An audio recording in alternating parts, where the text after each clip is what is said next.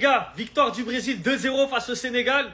Mais moi, j'ai pas envie qu'on parle de ça. Moi, je veux te parler de lui. Parce que lui, là, il fait le malin avec tout le monde. Il s'embrouille avec tout le monde, il fait le gravant. Mais au final, il fait quoi au Brésil? Non, non, faut en parler. Parce que si c'était d'autres joueurs, je vais pas citer tout le temps les mêmes, vous serez tombés sur eux. Bon, on dirait Vini, il a l'immunité lui aussi au Brésil, pardon. Même Casemiro, il essaye de dire son nom avec le maillot du Brésil, il n'arrive pas. Parce qu'avec le Brésil, il fout rien. Et venez pas me dire oui, aujourd'hui il a fait un bon match contre le Sénégal. Je veux rien savoir. Moi, je parle de sa carrière avec le Brésil. Je parle pas que d'aujourd'hui. Il a 44 matchs, seulement 8 buts et 6 passes D, les gars. Normalement, un mec avec son statut, titulaire, Real Madrid, soi-disant Ballon d'Or, il devrait porter son équipe nationale, non? Vous êtes pas d'accord? Moi, personnellement, ça me chagrine. Le fait qu'un mec comme lui, il ait 44 matchs, 8 buts, 6 passes D, qu'il a aucun moment marquant avec le Brésil, rien à se mettre sous la dent, je suis pas d'accord. Donc c'est bien de s'embrouiller avec tout le monde. Comment t'arrives à énerver Koulibaly déjà? Mais au final, tu fais quoi avec la sélection? C'est ça la question. Et jusqu'à preuve du contraire, Vinicius, il fait rien avec le Brésil, les gars. Après, peut-être là, vu que c'est Ancelotti et qu'il le connaît via le Real Madrid, peut-être que ça ira un peu mieux, qu'il aura un peu plus de responsabilité, un peu plus de poids. Mais pour moi, jusqu'à l'heure actuelle, là, c'est une tache noire. Vinicius avec le Brésil, c'est une tache. C'est une tache sur sa carrière. Je veux rien savoir. Vous allez savoir qui l'a mis dans cet état, vous allez tout comprendre. Monsieur Kalidou Koulibaly, ministre de la Défense du Sénégal, habituellement d'un calme olympien, lors d'un match amical contre le Brésil, il s'énerve. Pourquoi? Vous allez me dire qui l'a mis dans cet état-là? Qui d'autre?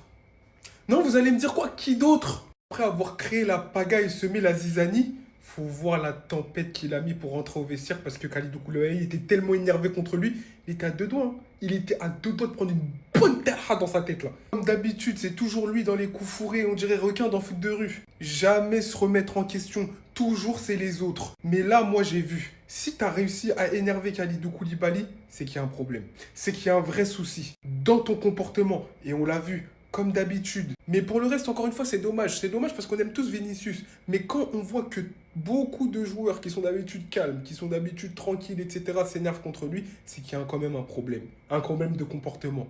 Mais bon, je pense qu'il ne changera jamais. Moi, j'ai arrêté d'y croire. Voilà. Salut les gars, aujourd'hui on assiste à une véritable tactique où chaque passe, chaque duel, porteur de sens dans l'ombre des buts.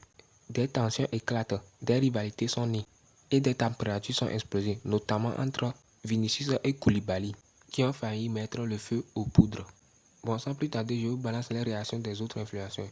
On se capte après coup la récapitulation. Donnez-moi vos avis dans les commentaires. Sinon, ciao.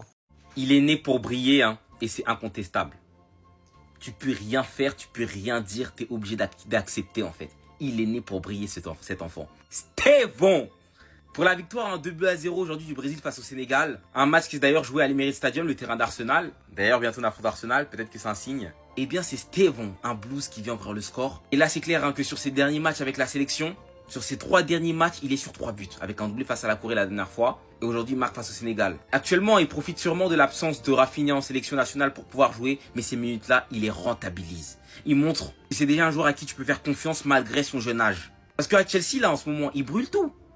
Dès que Maresca il le fait jouer, mais sur le terrain, je regarde que lui. Je regarde que lui. Ma télé, elle est allumée que pour lui. Lorsque c'est pas lui qui touche le ballon, je ferme mes yeux. Voilà.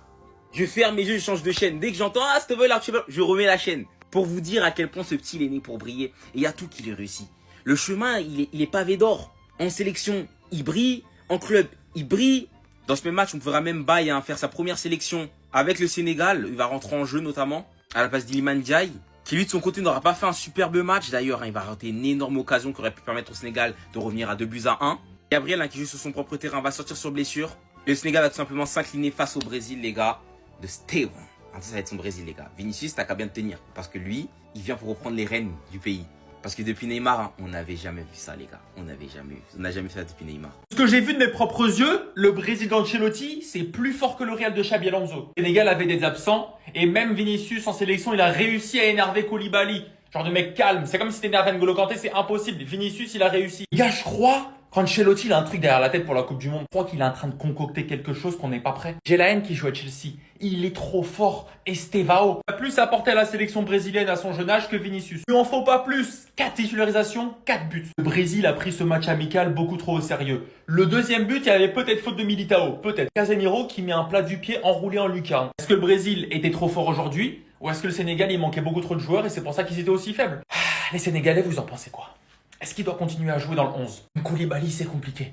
J'ai vu le match contre le Congo et là j'ai vu le match aujourd'hui. Ça commence à être compliqué. Là-bas, je voulais commencer mon débrief par ouais, le Sénégal c'est fort, ils sont prêts pour la Coupe du Monde, le Brésil c'est faible, au final tout le contraire. Mais ma seule satisfaction du match, c'est l'entrée du Titi parisien Ibrahima Mbaye, 17 ans. Je peux pas vous raconter de mytho, il a pas fait une super entrée, il a touché un ballon, il l'a perdu. Mais moi personnellement, ça me fait plaisir. Et voilà ce match Brésil-Sénégal nous aura offert bien qu'un simple score. Derrière ce score 1-0 se cachent des histoires bien plus profondes. Cette tension entre Vinicius et Koulibaly, c'était bien plus qu'une simple altercation. C'était le synonyme des deux mentalités qui s'effondrent. La provocation brésilienne contre la fierté défensive sénégalaise. Chaque geste, chaque regard en disant long sur l'importance de ce enjeu.